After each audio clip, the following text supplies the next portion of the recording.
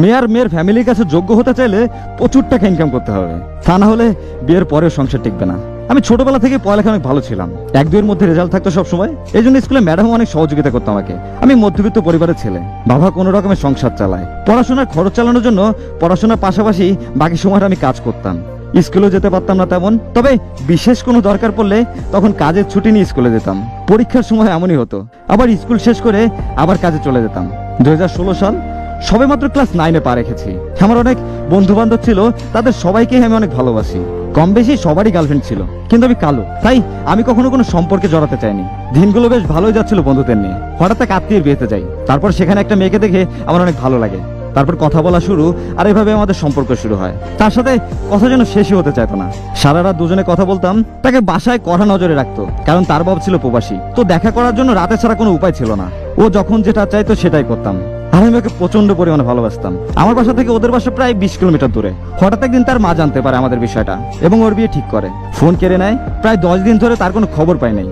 হঠাৎ অচেনা নাম্বার থেকে একটা ফোন আসে, আর বলে যে এটা তার বান্ধবীর নাম্বার, আর বলে যে আজ রাতে দেখা করতে আসবা। আর আমিও কোনো কিছু না ভেবে রাজি হই, তার সাথে দেখা করতে যাই। কিন্তু সেই দিন তার এলাকাবাসী আমাদের ধরে ফেলে এবং আমার আর ওর বিয়ে দিয়ে দেয়। আমার বাসা থেকে এসে হঠাৎ করে মেনে নেয় না। আমি তাকে নিয়ে একটা ভাড়া বাসায় উঠি। 1 মাস পর আমার বাসায় রাজি হয় এবং দুই পরিবার বসে একটা সিদ্ধান্ত নেয় যে ছেলে মেয়ে আলাদা থেকে তাদের পড়ালেখা শেষ করবে। তারপর ওর বাসায় থাকে আর আমি আমার বাসায়। এভাবে 1 বছর কেটে যায়। তার বাবা প্রবাসী, অনেক টাকা উপার্জন করতে লাগে এবং তাদের অবস্থা আরো অনেক ভালো হতে থাকে।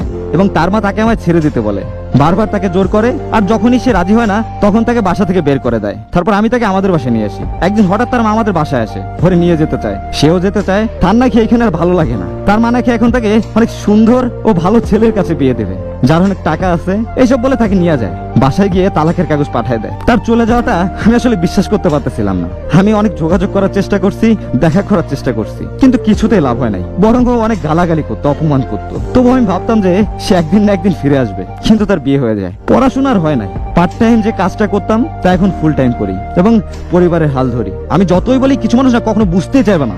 এখনকার এই সমাজে ছেলেদের ভালো খারাপ বিবেচনা করা হয় তার টাকা দিয়ে। যার যত টাকা বেশি সে তত ভালো। মনের দিক দিয়ে এখন কেউ বিবেচনা করে না, আর করবেও না ভবিষ্যতে। সে এমন অনেক আগে চলে গেছে। এখন শ্বশুর বাড়ির কাছে যোগ্য জামাই হতে হলে বেশি বেশি টাকা থাকতে হবে।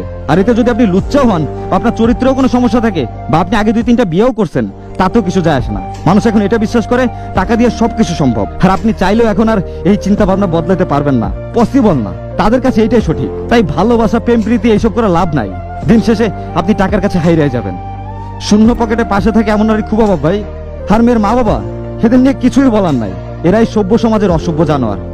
এরা কখনো কিছুই বুঝবে না। বউ আর শ্বশুর বাড়ি সবার কাছে যোগ্য হতে চাইলে প্রচুর টাকা ইনকাম করতে হবে, তা না হলে বিয়ের পরেও সংসার টিকবে না।